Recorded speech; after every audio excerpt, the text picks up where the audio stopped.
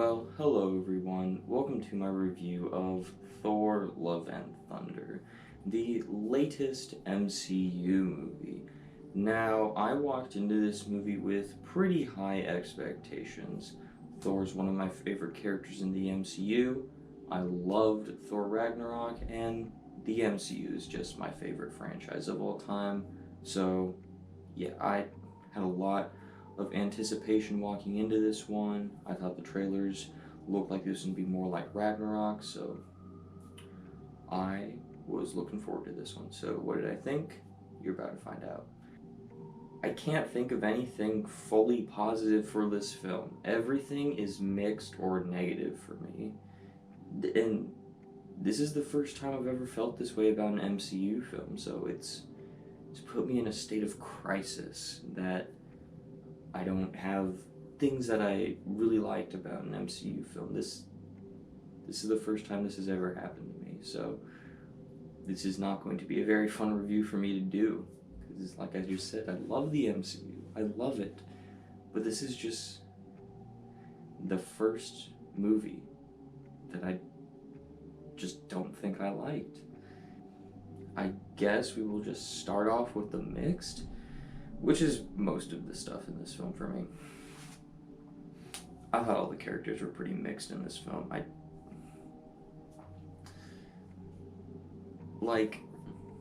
Obviously Thor, love Thor. I still really like him as a character. I just felt like they went a little bit too overboard with him in this film. Like they're doing the same thing with Thor in every movie of, oh, he's trying to find his place in the world. Like, we've seen that time and time again. Like, can we think of something else for him?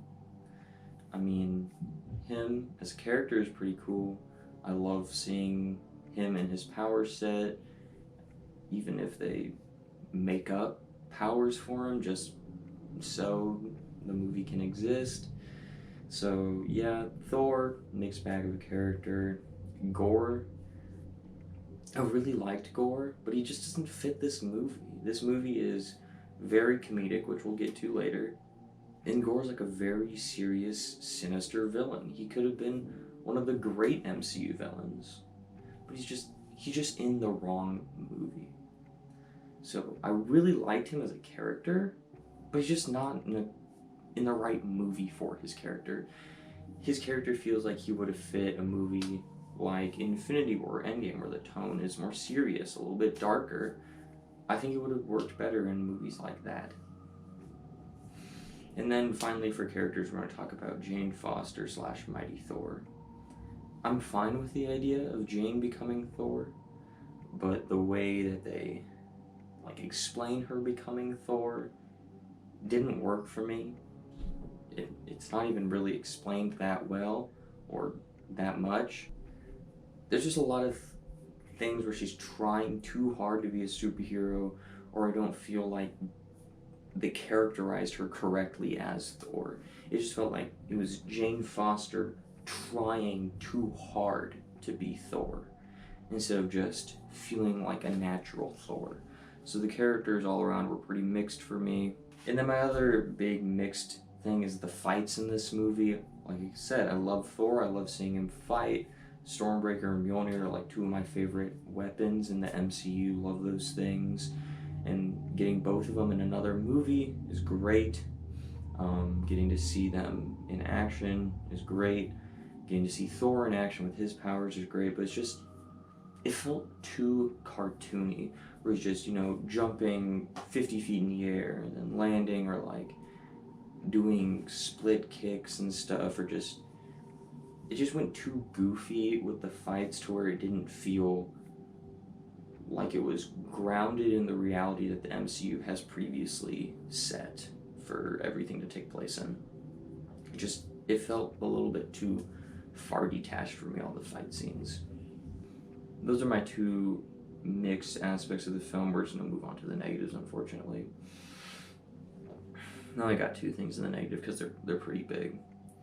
First off, there's way too much comedy in this movie, whereas Thor Ragnarok had a lot of comedy in it, but it wasn't overboard. It was well utilized. It was placed well. It's everything. This movie is like non-stop jokes after jokes after jokes. And yeah, for 10-15 minutes, it's fine, you know? I was just like, okay, this is a pretty fun little intro to the movie, but no, it just keeps going. It's like, I was tired. I was tired of how much comedy, jokes, gags, everything they were just throwing at us the whole time. I honestly got tired of it about halfway through, and I wasn't laughing anymore. It just felt like there was way too much of it. Then my second and final negative is just going to be the overall story. I don't understand the story. It's very clunky. It doesn't make a lot of sense. Isn't explained very well.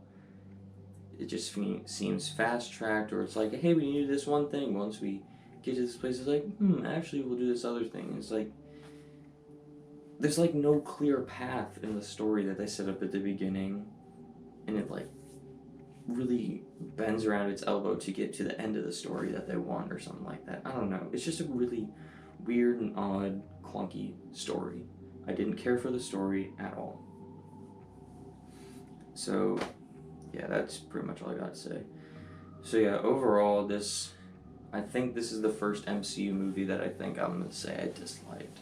Which, you know, for a movie franchise that's been around 15 years at this point, has given us over 24 movies, that's a pretty good track record if you ask me. That's probably the best track record of any franchise in history, of having over 24 movies without one, and this one being the first one that I disliked.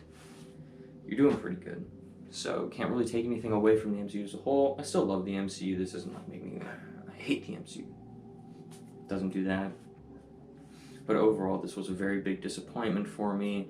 Definitely the most disappointing movie of the year for me, and is gonna be it is my least favorite MCU movie as of right now. So yeah, overall, unfortunately, this really breaks my heart. I'm only gonna have to give this one like a 4 out of 10 on the rating scale, on the entertainment scale, maybe like a 5 out of 10. So yeah, Thor: Love and Thunder, very, very disappointing movie for me, but what did you think? If you've seen the movie, go ahead and let me know what you thought about it down below in the comments section. Yes, thank you for watching this very, very heartbreaking review for me to do.